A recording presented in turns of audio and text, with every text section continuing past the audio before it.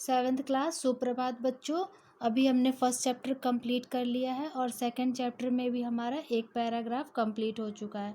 अब second paragraph देखेंगे, इसमें क्या है, ध्यान से सुनेंगे और अच्छे से इसको याद करेंगे। पंगे प्रभवति कमलम पंकात कदापि न लिप्तम भवति।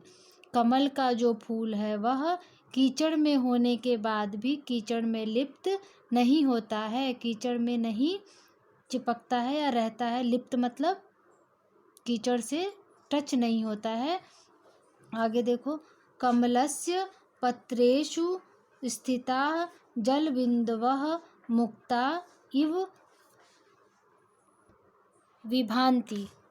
ठीक है, विभान्ति। अब देखो आगे क्या कह रहे हैं इसमें, कमल का जो फूल है उसके जो पत्ते हैं, कमल के फूल के जो पत्ते हैं वह उस पर जब जल की बिंदु पड़ती है, मतलब जल के छींटे जब पड़ते हैं, जल उस पर पड़ता है उस कमल के पत्ते पर, तो वह मोती के समान लगता है। किसकी तरह सुशोभित होता है, वह मोती की तरह लगता है। आगे देखो, सरोवरे विकसितानां कमलानां शोभा दर्शनीय भवति।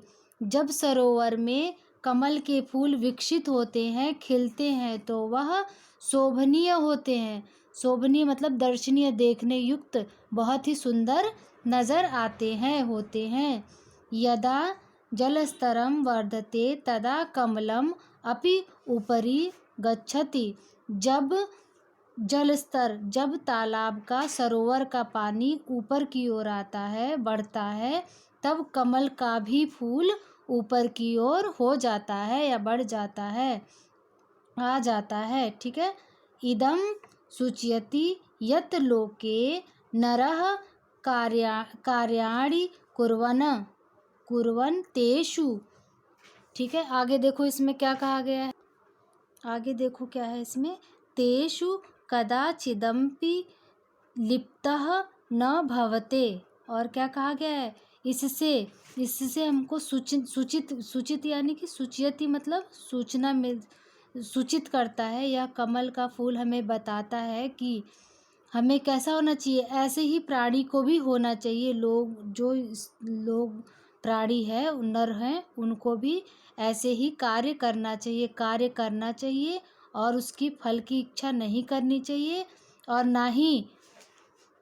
ना ही जैसे मान लो कि आप कुछ, जैसे आप क्लास में पढ़ते हो तो उसमें अच्छे बच्चे भी होते हैं और कुछ गंदे बच्चे भी होते हैं, कुछ अच्छे से बात करते हैं और कुछ गंदे से बात करते हैं।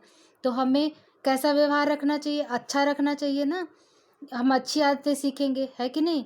तो वही यहाँ पर ये कमल से हमें ये सूचना, वो सूचिता यानी कि सूचित करता है, या कमल हमें बताता है, सिखाता है।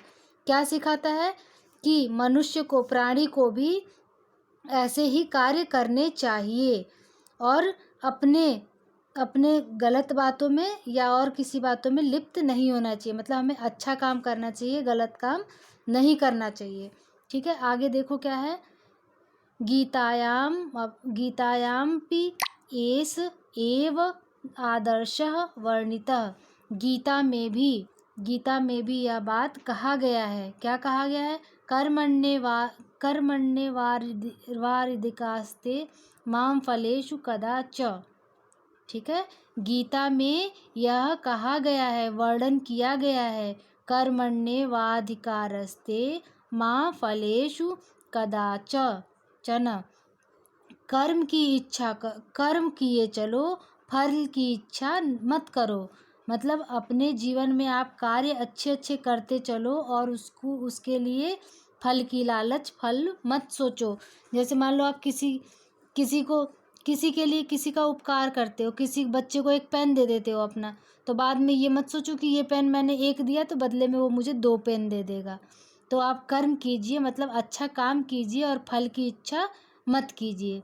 ठीक है, इत्थम कमलम प्रेरयति यत वयम सर्वदा निष्काम भावे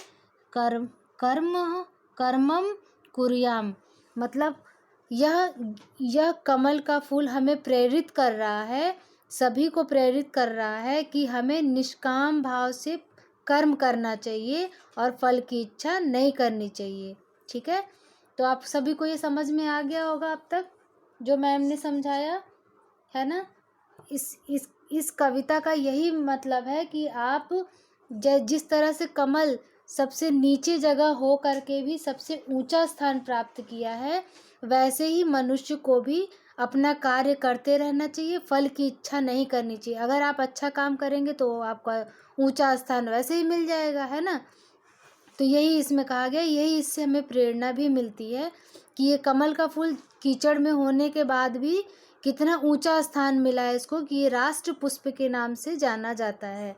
वैसे ही इंसान को भी, मनुष्य को भी अपना काम ऐसा करते रहना चाहिए और उसकी फल की इच्छा नहीं करनी चाहिए। ठीक है, तो ये आपका चैप्टर यहाँ पे कंप्लीट हो गया। नेक्स्ट वीडियो में हम आपको इसका शब्दार्थ और बाकी का बुक वर्क बतलाएंगे। ठीक है, तो अपना ध्यान रखिए, घर में रहिए, सुरक्षित रहिए।